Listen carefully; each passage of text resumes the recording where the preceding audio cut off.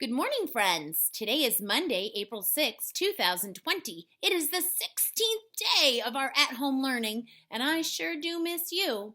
Well, this week we are learning about oviparous animals. That's our theme. Oviparous animals are animals that hatch from eggs. We are mammals. We are not oviparous animals. We are called viviparous. Let's try to think of some oviparous animals. When you have one, give me a thumbs up. Did any of you think of chicken? How about a turtle? A snake? How about a caterpillar? Yes, very good. Well, this week you're going to hear lots of stories about oviparous animals, and the story I'm going to read to you today is about a chicken, and we know chickens are oviparous. They hatch from eggs.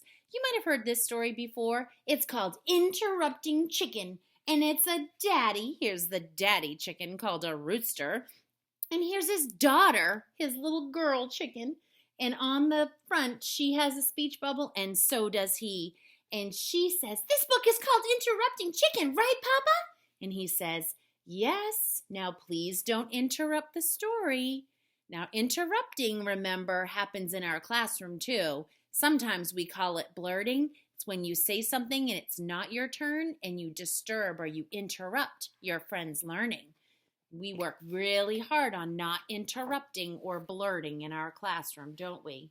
Interrupting chicken. Here's a picture of their house. The story is written by David Ezra Stein. It was bedtime for the little red chicken.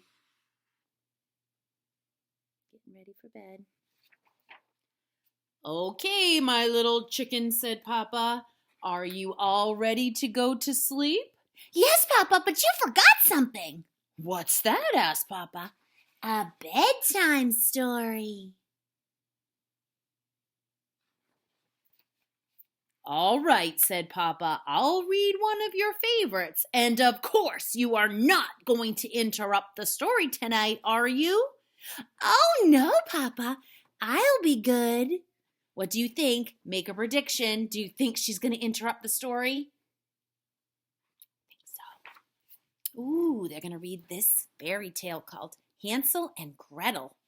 It's a different version. Hansel and Gretel were very hungry. Deep in the woods, they found a house made of candy. Nibble, nibble, nibble. They began to eat the house until the old woman who lived there came out and said, "What lovely children! Why don't you come inside?" They were just about to follow her when out jumped a little red chicken and she said, "Don't go in, she's a witch." So Hansel and Gretel didn't. The end. Did little chicken interrupt? She did. "Chicken." "Yes, Papa?" "You interrupted the story. Try not to get so involved." "I'm sorry, Papa, but she really was a witch." "Well, you're supposed to be relaxing so you can fall asleep.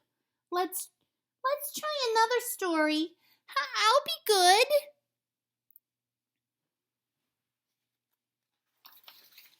Little Red Riding Hood.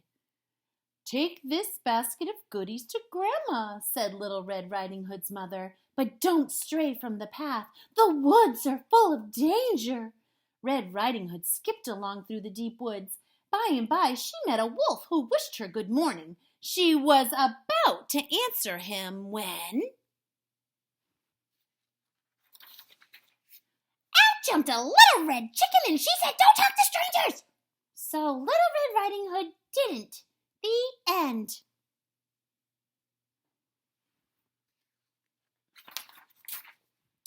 Chicken. "Yes, Papa?" You did it again. You interrupted 2 stories and you're not even sleepy.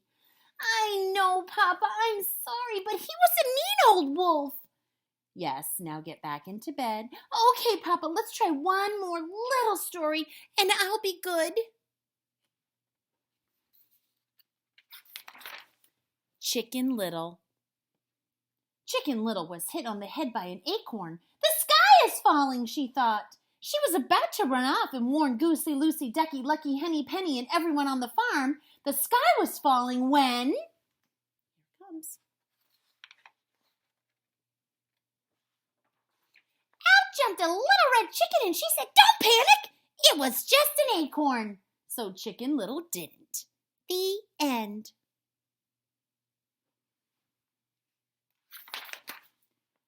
Chicken, Yes, Papa? you did it again. Oh, Papa, I couldn't let that little chicken get all upset over an acorn. Please, read one more story, and I'll promise I'll fall asleep. But Chicken, said Papa, we're all out of stories. Oh, no, Papa, I can't go to sleep without a story.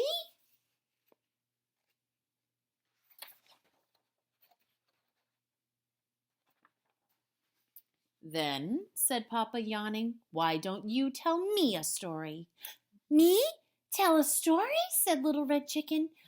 Okay, Papa, here we go. Bedtime for Papa by Chicken. Once there was a little red chicken who put her Papa to bed. She read him 100 stories. She even gave him warm milk, but nothing worked. He stayed wide awake all... What do you think's going to happen? Do you think Papa's going to interrupt the story?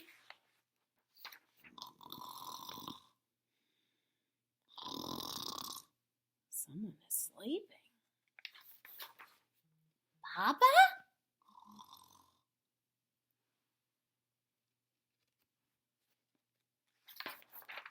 Good night, Papa. The end. Oh, that was so sweet.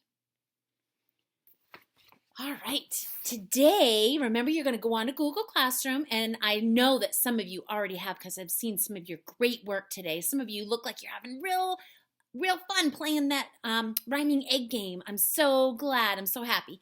All right. If you have time today and you want to do a page from your handwriting book, we are still working on those lowercase letters, and today you're going to be working on the lowercase v. We're on page 44. So we're going to do the lowercase v. Let me show you on my whiteboard, just like we did last week. And remember, you can go back into that workbook because we didn't use that all year. We used photocopies, and you can go back and practice the uppercase V's also. All right, so I'm going to turn that a little bit. All right, here's my line for kindergarten. Remember, first grade lines, we always have that dot there, don't we? And if we remind ourselves what the uppercase V looks like, it's in the door, our door from our classroom, and we start at high smiley, we go down and up 2 diagonal lines. So we're going to do that. Oops, sorry friends. We're going to do that, but we're going to do it on the lowercase. So I like to start at the dotted line, go down and up, down and up.